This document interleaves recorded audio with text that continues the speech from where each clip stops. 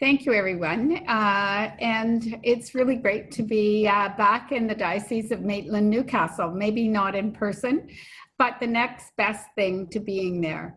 So I want to welcome all of you and invite you to join me on LinkedIn or Twitter, or I'm foraging in new learning area, Instagram, Lynn_Sherritt. So please join me.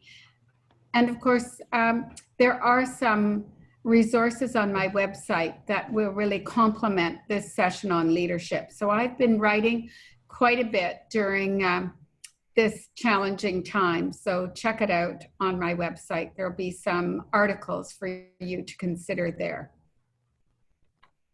So here we are, it's summer in Canada.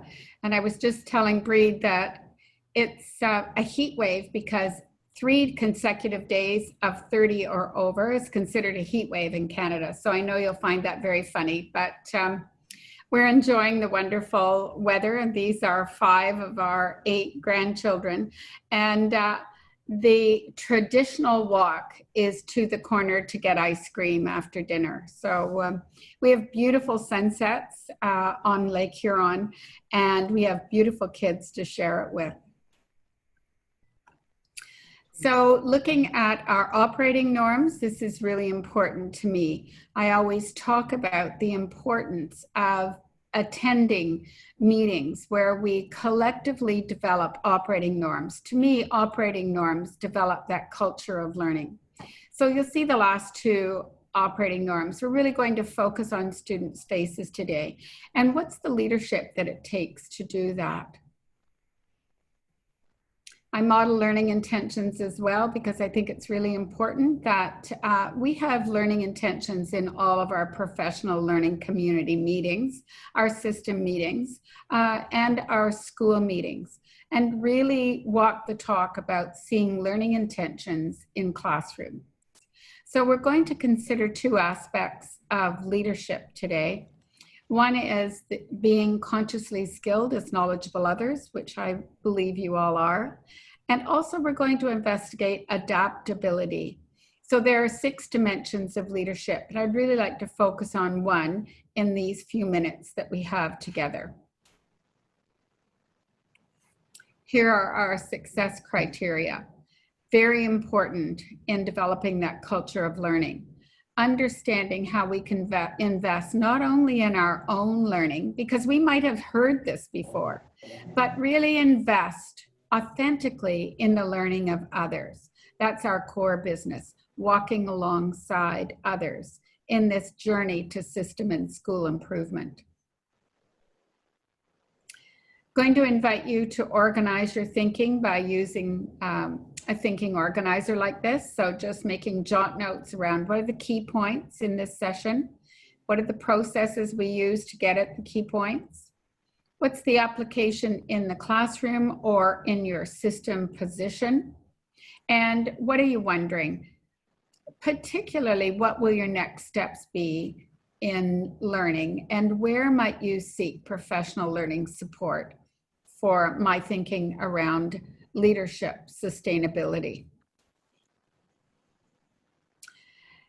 The only way that the best way to interact with you, of course, is to see your faces. I must say that I'm really aware how feedback from people's faces keeps me going in presentations. So when I can't see everyone's face, I'll ask you to chat in the chat bar. So if you'd put your name and position in the chat bar so I know who you are, and then make some connections between what I'm saying and your thinking and your work in that chat bar. And to me, the chat bar is really data collection. So I read it carefully and I think about your next steps in learning, having read your comments. So when I think about clarity of the text, I think about how important it is as leaders that we have emotional connections to and cognitive insights about all of our students. It's an equity issue for me. So we need to know all of our students, all of our learners, and your learners might be those teachers you walk alongside, who walk alongside our students. You may have a direct impact on increasing students' growth and achievement, or an indirect impact. But I guess what I want to say is your impact is really important. And I've come to realize how important leadership is in this work. Sometimes direct, sometimes indirect, but always critical to school and system improvement. So what is leadership? I love this picture. It's my favorite because I'm landing in the Kimberley to do work across the Kimberley in a very small plane. And have a guess what? The Brumbies are on the airstrip. You all know what Brumbies are? I didn't know what Brumbies were. So what's the principal doing? She's in her troopy and she's rounding up the Brumbies to get them off the airstrip so we can land. It just reminds me to say as leaders, we do whatever it takes, whatever it takes. I'm pretty sure in Marissa's contract, it doesn't say, round up the Brumbies and get them off the airstrip so that guests can land. So whatever it takes is what we'll do to ensure we get all students across the finish line and reaching expectations we never thought could happen. So in doing my research for clarity, I asked many of my participants as I moved across the globe in professional learning sessions. I asked them, what is leadership? And I could have selected any of them, but I like this one because John Hattie gives collective efficacy a very high effect size. So in the research literature, leadership is about having influence and providing direction. I like this one because it's really about our collective efficacy towards a vision that's shared by everyone about students. So we have icebergs off the coast of Newfoundland, one of our extreme eastern provinces. And here's the truth about leadership. It looks easy. It looks like success doesn't take a lot of work, but I have to tell you, it's hard work underneath. And you can see that we've even put hard work twice by mistake, I think, but it just sends the message that never giving up is the role of all of us. I can't begin a session without reminding you that there are 14 parameters, and there are only 14 that drive system and school improvement. And everything fits within the context of those 14. It's really important to know they're well-researched, they're robust. Michael Fullen and I first researched them before we wrote Faces. Before we wrote Realization, our first book. And he said at the time, shared beliefs and understandings and shared accountability, responsibility and accountability are the bookends. And in the middle, parameter 6 is about putting faces on the data. So what does it take to lead this work? Well, it begins with data, and to me, this is data. This is from Sandra Milieu, who I work with in Western Canada. She's a principal of one of the schools in Manitoba, and she's doing her master's level research around the assessment waterfall chart. And so she's put specificity on each of those components. And I really appreciate the research that she's doing to ensure that the framework is robust when it's implemented with integrity. And I have to say, with integrity, meaning that all of the components in the middle, those 5 constructs, flow together, beginning with our legal and moral responsibility to start with the end in mind, the curriculum, expectations, and standards. And you'll see that the right arm, when you're looking at the screen, is about collecting the data. That's what we do as leaders. And only then do teachers and leaders decide what instructional approaches match the data collection. So you can see those questions, those 5 questions as leaders, those are in our toolkit, as is the assessment waterfall chart. So as leaders, we ask students the 5 questions, but we also Refer to the 5 questions for teachers. So chapter 8 is about the knowledgeable other. And I think I have thought about this a lot, that the knowledgeable other precedes the chapter on leadership and the abilities of leaders. Because I believe that as leaders, we're always striving to be knowledgeable others or to walk alongside a knowledgeable other. So that parameter 2 is really important to us. Who are our knowledgeable others in your system, in our schools, that will walk alongside us and guide this work? So you'll see this figure 8.2 in clarity, and I've changed it around a little bit, so that's why it's adopted. It actually had the 4th upper right quadrant, the strongest quadrant, as unconsciously skilled. But I switched the 2 because I think it's most important as leaders and knowledgeable others that we're consciously skilled, that we know why we do works and we have evidence to show it. So to me, I want to ask you, and you jot some names down, who is your knowledgeable other? So I'll ask you just to jot that question down. Who walks beside you to support you, facilitate your questions, share your vision? And then the second question is, who is a knowledgeable other? Who are you a knowledgeable other to? So you have a knowledgeable other, but you also have an opportunity to be a knowledgeable other for others. So a couple of questions to reflect on in this work. Here are some things that I found over the years, especially in writing Leading Collaborative Learning, are the important and key characteristics of the knowledgeable other. So take a look at those. And now think about your knowledgeable other. Who is your knowledgeable other? And think about who you are a knowledgeable other for, and what are the characteristics you must possess.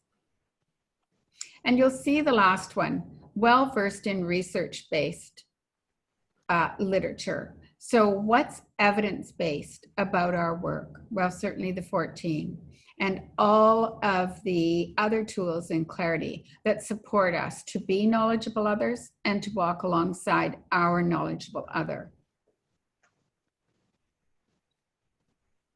So moving into chapter 9, there are 3 dimensions that Michael Fullen and I wrote about in putting faces on the data.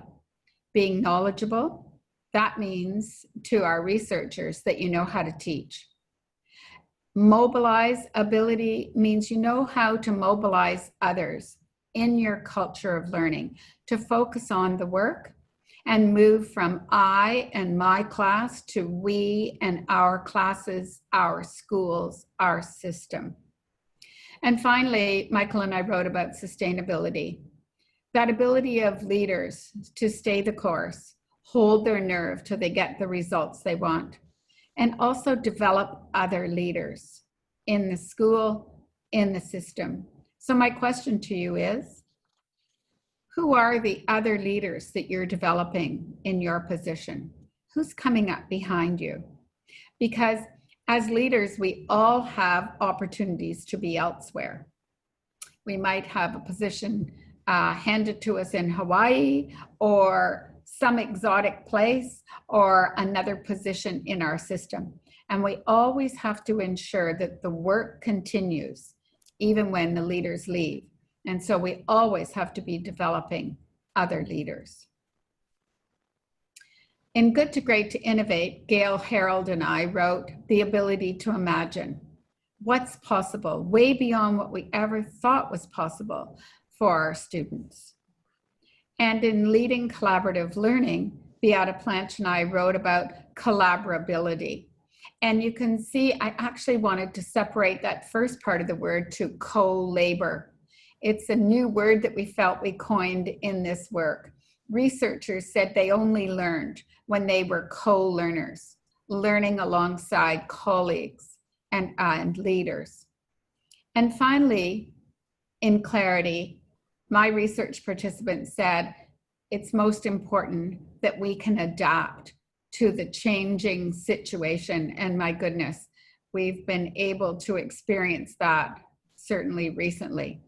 How do we have the ability to move from a fixed mindset to an open to learning mindset, to be adaptable, to be flexible and humble on a minute's notice? And certainly our teachers and leaders during the pandemic showed us exactly what adaptability looked like.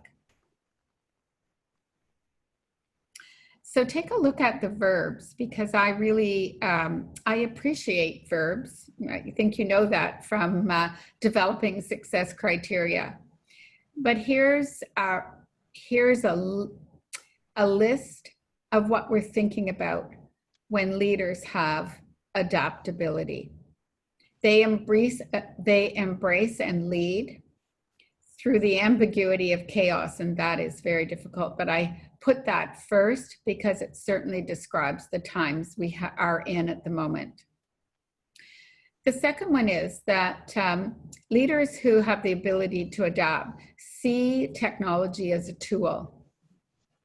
And I think that's very important. It's an enabler, but it is not the curriculum expectations. It is not the pedagogical documentation.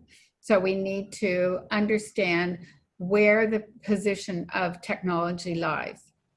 And I want to separate out the importance of professional learning, like we're engaging in at the moment, and training.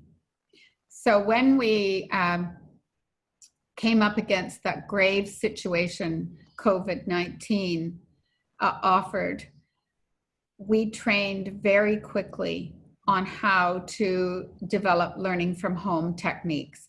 And teachers reached out to teachers to support that learning and trained each other. It was actually magnificent.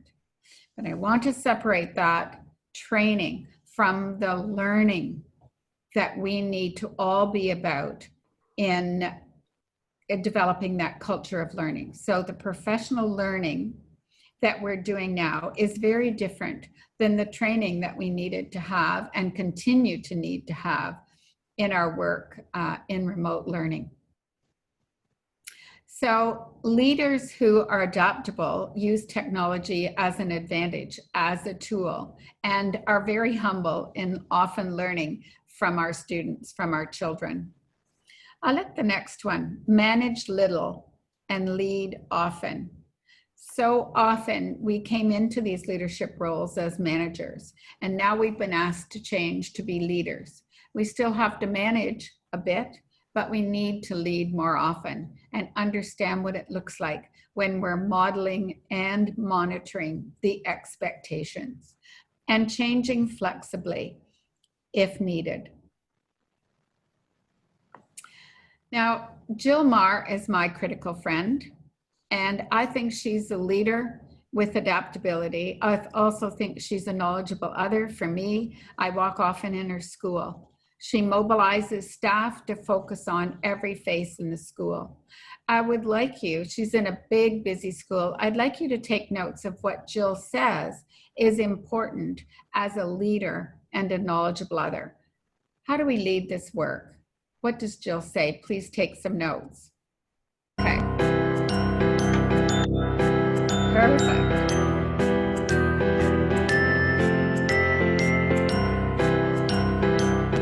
I think the role of an administrator in a school is so critical for a number of different reasons.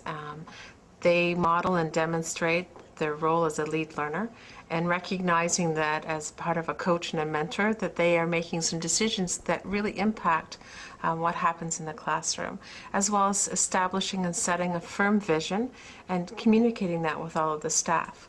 So in terms of the work of engaging and supporting, it can be something as simplistic as targeting specifically elements of your school budget to acquire the resources that are needed in classrooms. It's around targeting and knowing through a gap analysis what's needed and what resources are most current and inclusive to support the students.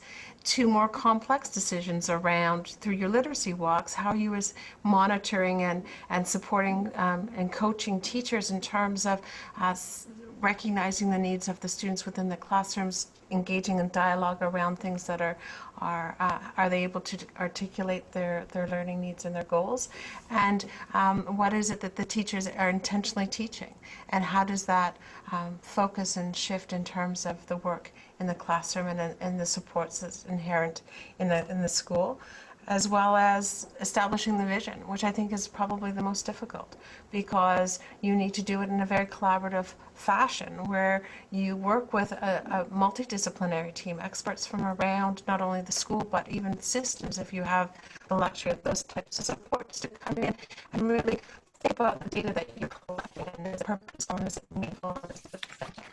Spend time to analyze that data, through the gap analysis, and ensure that people come to a consensus in terms Breaking up now, Liam, for some reason.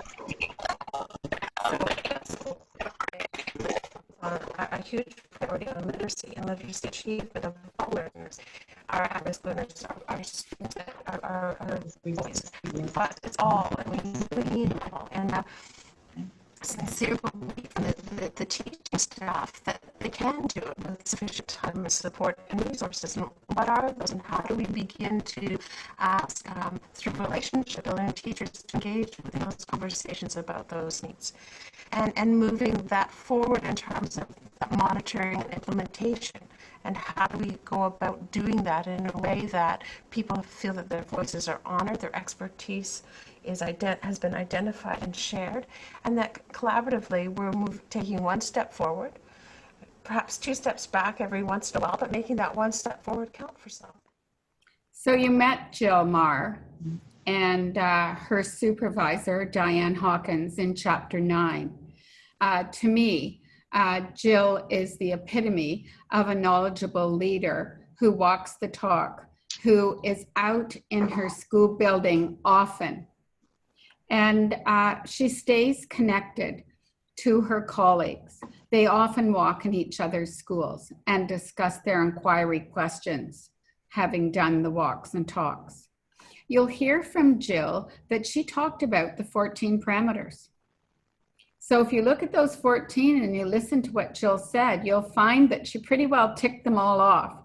Maybe not case management, but she certainly does case management, the data wall, and the case management meetings weekly.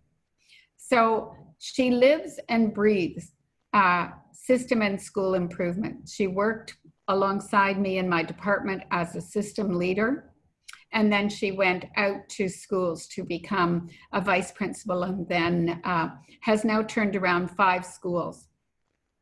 So that's what happens when you're really a great leader. You get an even more challenging school to lead. And that's certainly what Jill has done. And she's really made a huge difference for children that we didn't think could learn and move beyond our expectations. Lynn, you've got about 3 minutes before it's half an hour. Yep. Perfect.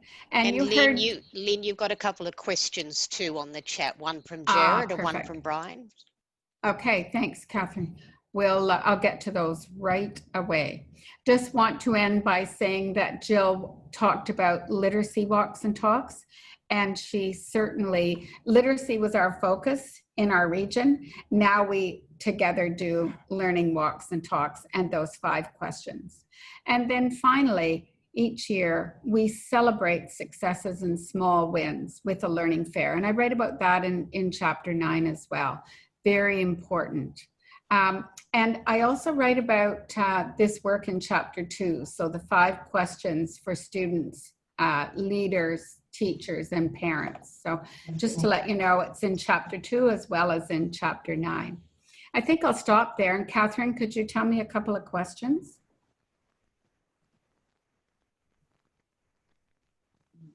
Your mic's on, Catherine. No, I'm just sorry. I just had, I'm in the office for the first time for a week and technology is all over the place. So I've got the wrong mouse in my hand. From Jared, the next question after that discussion that you're talking about with system leadership, what are you prepared to give up to ensure this becomes part of your custom and practice? Manage little and lead often. What do you do about leaders who say, I'm so busy, and they miss the invitation to lead? Yeah. And that's why the tools that I've designed are not lengthy and onerous. So it's pretty hard for a principal to say to me, well, I haven't got 5 minutes to do a learning walk and talk. Really? So I'm sorry, I haven't got 15 minutes to do a case management meeting looking at a piece of student work to really support a teacher. Really? So I do ask leaders to consider, what are they going to give up for 15 minutes to do a case management meeting each week? And what are they going to do to integrate the 5-minute learning walk and talk into their daily practice? I think that's a secret. So if you're going to deliver the milk money in the school, what are you doing? What can you do on the way to deliver that errand in terms of having a learning walk and talk? And as system leaders, each time you go to a school to do whatever you're doing, it's important that you walk alongside the principal and do a ghost walk. So we don't have to have students in the school to do a learning walk and talk. Read the walls. Look at how the school is developing a culture of learning. So I think it's important that leaders, as Jared has said, reevaluate what they're doing. If they know that this is really critical work, important work, they need to find time for the work, because there is no more time in the school day. So we have to restructure the work, the time we have. Wonderful. And then just a comment from Jared as well, because we had a shutdown of the school last week because of a COVID case within the school community, and they reopened only yesterday, and he's just made a comment saying the first thing the principal did was to do learning walks. Wow. That's impressive, because, you know, you want to gather those celebratory stories. The only way you'll know what's out there to celebrate is to get into classrooms and celebrate the answers students are giving you to the 5 questions. So what great news that is to celebrate. Wonderful. Thanks, Catherine. All right, so we're going to move into our breakout rooms for 10 minutes, and we're just asking you in your groups to consider the following questions. How can we build shared beliefs and understandings across our whole system and within each of our roles? How can we drive the practice of collaborative leadership throughout the entire system?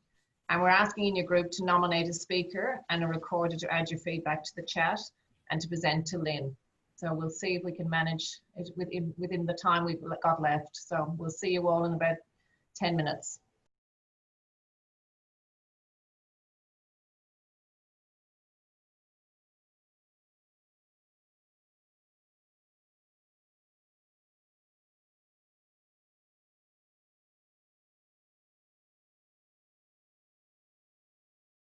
You know, I really appreciate the thinking behind those words, because by articulating what your next steps are, you're developing a common language.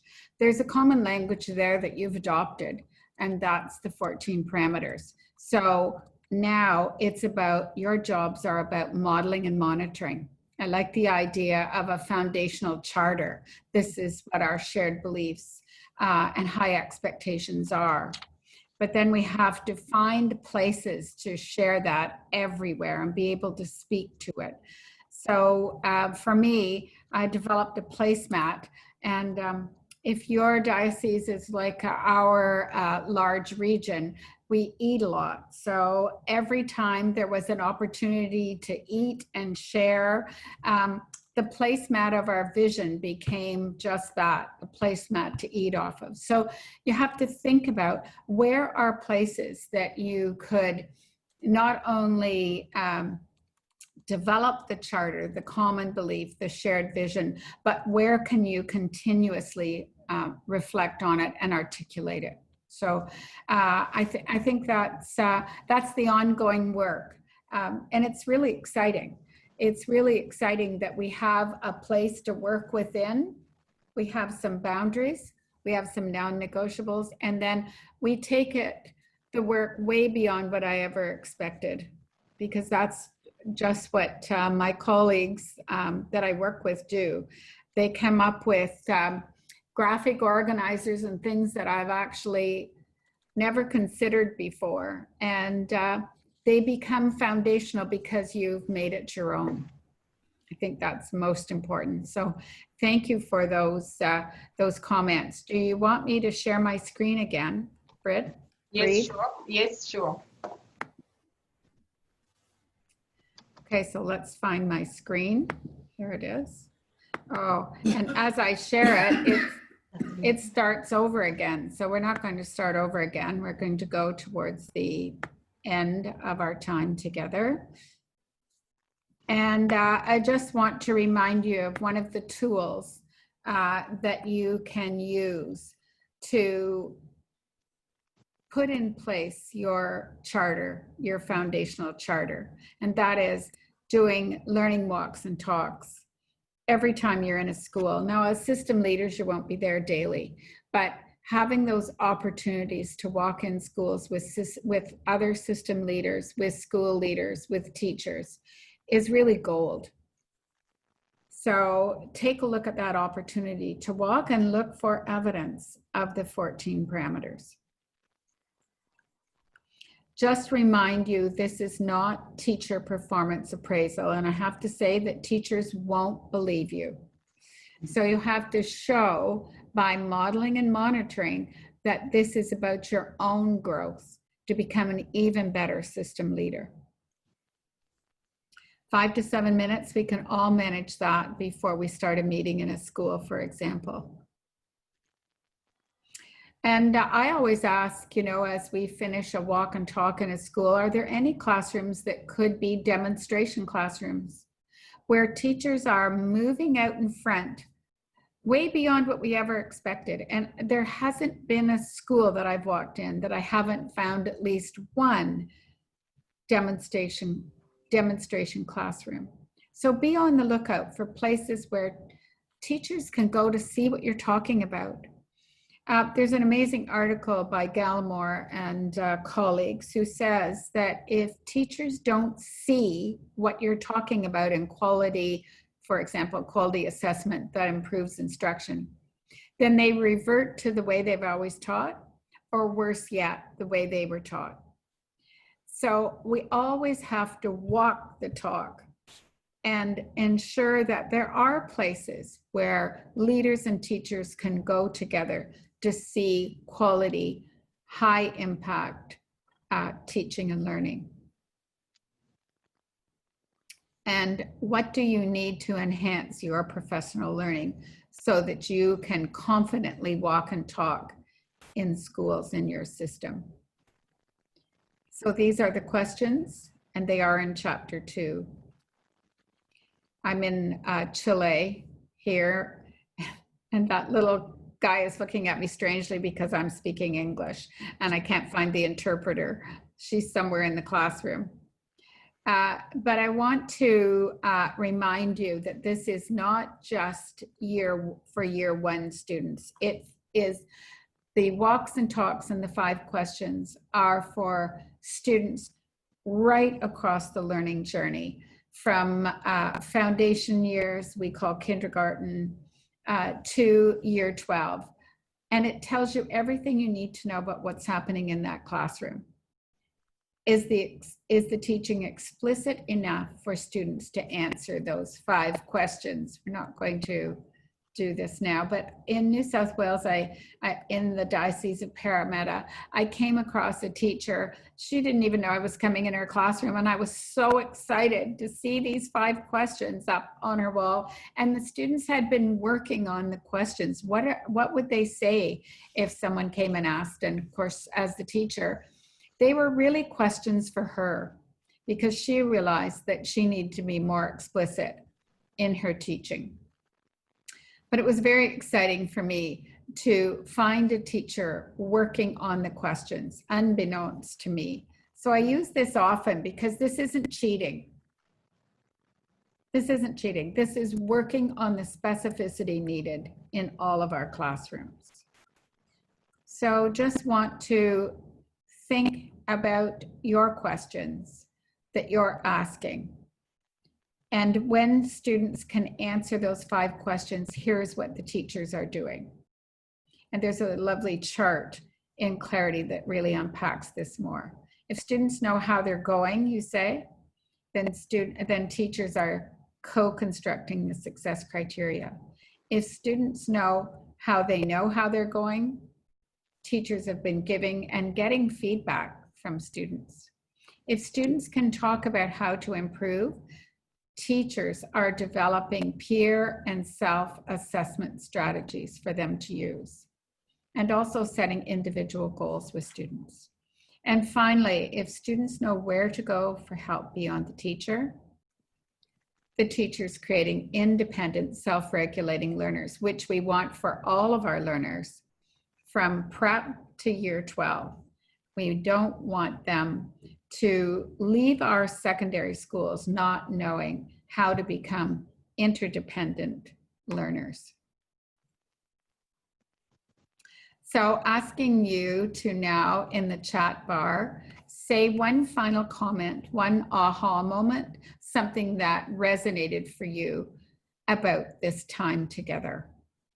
So just give you a moment to do that.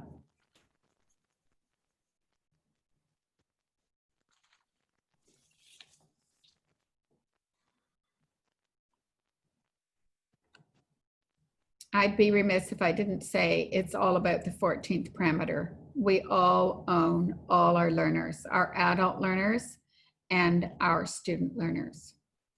And here are some of the ways we can use the tools in Clarity to ensure that we've shared the responsibility and accountability for learning in the Diocese of Maitland-Newcastle. And we're just going to end. I'm going to ask you, because we didn't get a chance to talk about the Learning Fair, but to me, the Learning Fair is that other bookend. We have a shared vision, but we also celebrate small wins, and we do that through a Learning Fair that's at the system level. So when we move along and finish our learning journey together, I want to be involved with you in a learning fair, in celebrating the learning that we've done on this journey together. So just in closing, I want to remind you that leadership is about leading and managing complex change. And there are 5 components to getting the change you want. You need to have a shared vision, which we've talked about in the diocese. You need to have the skills to lead this work. You need to have incentives, and this is a business model. So unfortunately, we're not talking about a trip to Hawaii, but we are talking about incentives. And to me, the incentives are that all of our students are learning way beyond what we expected. We have the resources, which are just right, just in time, and we have an action plan to move forward. When you have those 5 components, you get the change that you want. Are the 14 parameters cookie cutter? No, they're not. But I think that as a system, whatever we ask schools to do, we must be prepared to do as well as system leaders. If we're asking schools to have data walls and case management meetings, as a system, we need to have those data walls as well, and that lead to our schools of wonder and bringing the school forward in the case management meeting approach. So I'm going to leave it there. But I just want to say before I sign off that there is some homework. There's always homework. It's really the work you're going to do together. So I am going to skip to that homework. So bear with me. There it is. In the members only section of my website, there are lots of articles that I've written recently on leading for improvement. And one of the articles that is there is an article that Michael Fullen and I wrote on leadership sustainability. So I invite you to check that out. It's free. There's no cost to be a member only. I want you to review the tool, the leadership self-assessment tool. That's web resource number 10 in chapter 9. And I also want you to be prepared to share at one of your next sessions, your next steps in this leadership journey. And finally, given the challenging circumstances that we're in, I'd like you to be prepared to share how you've been passionate about this work and also compassionate with those learners in your care. So that brings me to our conclusion, and I'm really looking forward to reading your comments in the chat bar. So thanks everyone for joining me. Thanks Breed and Suzanne and Jared and Julio and everybody that I already know, and your faces are really reassuring to see. Thank you.